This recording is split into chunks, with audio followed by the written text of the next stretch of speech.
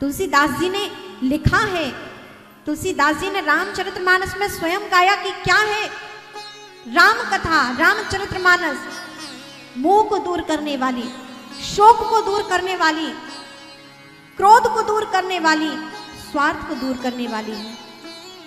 विमल कथा कर कीना आरंभा, विमल कथा कर कीना सुनातन साही काम मादा दाम्भा, सुनातन साही काम माद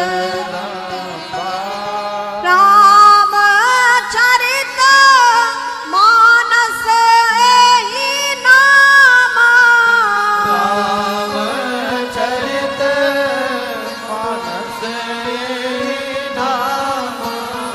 सुनात श्रवण पाए विश्रामा,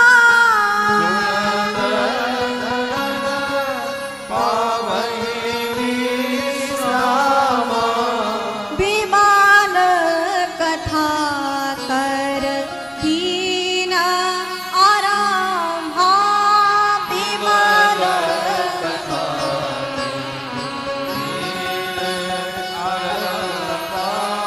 सुनात न साही काम मद दाम्भा, सुनात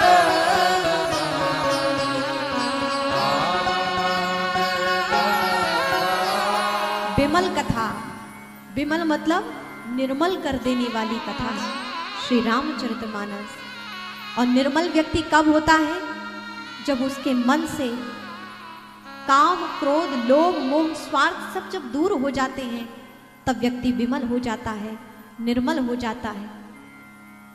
और फिर यहाँ ये भी कहा जा सकता है कि विमल कथा कर कीन आरंभा, जिसका जीवन विमल हो जाता है, फिर उसके जीवन की प्रत्येक घटना व्यथा नहीं कथा बन जाती है। जिसका जीवन विमल हो गया, फिर उसके जीवन की कोई भी घटना है वो फिर व्यथा नहीं कथा बन जाती है, और कथा गाई जाती है, और व्यथा सुनी जाती है, सहन की जाती है। व्यथा सुनने से दुख होता है और कथा सुनने से आनंद होता है। कथा सुनने से शांति मिलती है और व्यथा सुनने से व्यक्ति अशांत होता है। रामचरितमानस की जब हम श्रवण करते हुए उसको ग्रहण करते हैं, इस विमल कथा को सुनते हैं, तो हमारा जीवन भी विमल बन जाता है। हमारा भी जीवन व्यथाओं से परिवर्तित होकर कथा के रूप में परिणत हो जाता है। आज हम अपने जीवन को देखें, प्रत्येक व्यक्ति अपने जीवन का निरीक्षण करके देखे, क्या उसका जीवन गाने योग्य है? क्या उसके जीवन के ऐसे आचरण हैं कि कोई श्रेष्ठ व्यक्ति उसके जीवन की कथा को गाए, उसकी घटना को गाया जाए? ऐसा हमारा कोई आचरण नहीं जिसको गाया जा सके, जिसको संसार में बताया जा सके। कैसा हमारा जीवन है?